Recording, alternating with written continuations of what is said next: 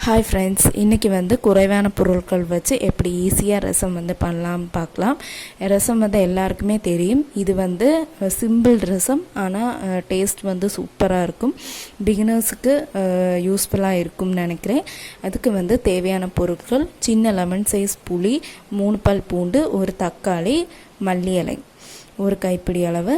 அதுக்கப்புறமா மஞ்சள் தூள், மிளகாய்த்தூள், பெருங்காயத்தூள், தேவையான அளவு உப்பு, சர்க்கரை ஒரு சிட்டிகை எடுத்து வச்சுக்கோங்க.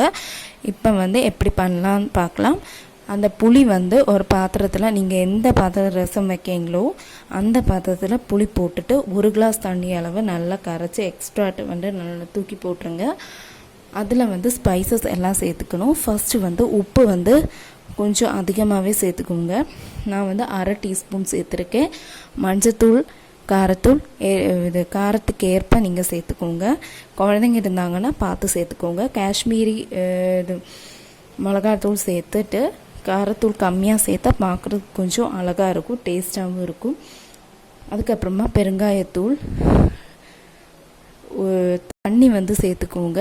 ஒரு 1.5 கிளாஸ் அளவு தண்ணி சேர்த்துட்டு இது மல்லி இலை, தக்காளி எல்லாமே சேர்த்துக்கணும்.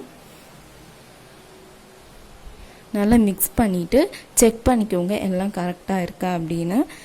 உப்பெல்லாம் கரெக்டாக இருக்கான்னு பார்த்துட்டு நம்ம கடைசியாக ஒரு சிட்டிக்கை சுகர் இந்த டைமில் சேர்த்துக்கணும். நீங்கள் தேங்காய் தண்ணி இருந்தனாலும் தண்ணிக்கு பதில் கொஞ்சோண்டு சேர்த்துக்கலாம். ரொம்பவே டேஸ்ட்டாக இருக்கும். இப்போ லோ ஃப்ளேமில் நல்லா பதஞ்சு வர அளவுக்கு நம்ம கேஸில் வச்சுக்கலாம், சூடு பண்ணிக்கலாம். இப்போ நம்மளோட ரசம் நல்லா ரெடி ஆயாச்சு. அதை எப்படின்னு பார்த்தீங்கன்னா, சாதா ரசம் பதஞ்சதுக்கப்புறமா நம்ம ஸ்டாப் பண்ணிவிடுவோம். இது பதஞ்சதுக்கப்புறமா ஒரு 2 நிமிஷம் கொதிக்க விடுங்க. அதுக்கு மேலே வேண்டாம், ஏன்னா வேறு ஒரு இன்க்ரீடியன்ஸும் சேர்க்கலாம். ஸோ இந்த புளியோட பச்சை வாசம் அப்படி இருக்கும். ஸோ நல்லா கொதிக்க விட்டு இறக்கிடலாம்.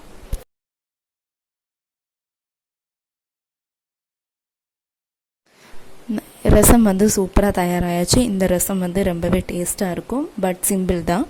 இந்த ரசம் கண்டிப்பாக எல்லோரும் ட்ரை பண்ணி பார்த்துட்டு கமெண்ட் செக்ஷனில் ஃபீட்பேக் சொல்லுங்கள். இந்த ரெசிபி உங்களுக்கு பிடிச்சிருந்ததுன்னா லைக் பண்ணி, ஷேர் பண்ணி, அப்படியே சப்ஸ்கிரைப் பண்ணி வச்சுக்கோங்க. Bye friends.